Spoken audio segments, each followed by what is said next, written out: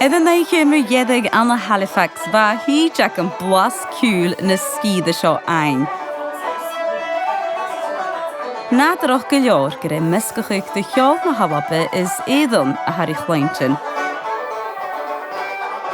Seis an trang head a bhí rui trí blonna diag, sa tálaigh loch cúil ó imich cearn gan tail.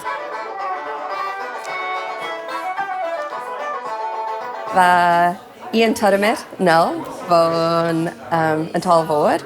Agus vai ag a cáiste acinne, a cáiste galach acinne, agus vai mi a gopa down. Is horste, well, ha cudum acit a dog an talvod, agus first mitcha, oh sure, ceirch gaload in imishin.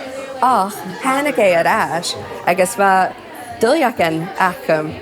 Rí menam cuair agus bhí ra okay, so ha mi sé dul an talvod.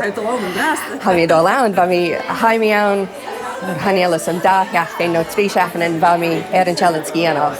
Haimi gan Heathrow is glas a chorómi a riamh pléine na bhéa. So haimi gan Heathrow is glas a is bhas gan Eilean Sgìtheanach agus haró phone live acum ac an am. So bhí mi jirach a fyrra, a féu, ar san cúdeachan. A bhí gam hócal, agus haimi gan sias gan sléite, is haimi gan talvod, agus godig mi anar san davliana. Eilean Sgìtheanach Gaelic Anna Halifax. Cudí sé sin cóloch agus déis sé déine ha céim sa chuign seo. Ha an óper acamsa, ha lé unia ac an scal acamsa, ach ha lé unia chuideach a dul gan na bhan scalte.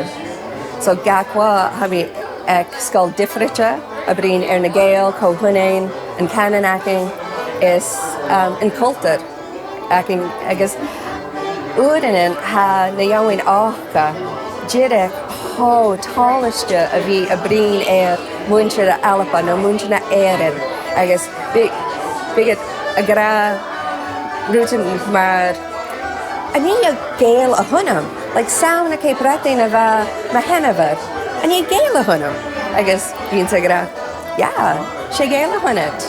Déis sé daine go bhú Checkas Anna Halifax hain. Is galan agam bó Syria, is Jordan, is Atchkin mar sin chuideach. A gún sa Gaelic, agus a gún sa bure lebuam. Figet blian arás, daigit blian arás, haró dunya móchol as a hain.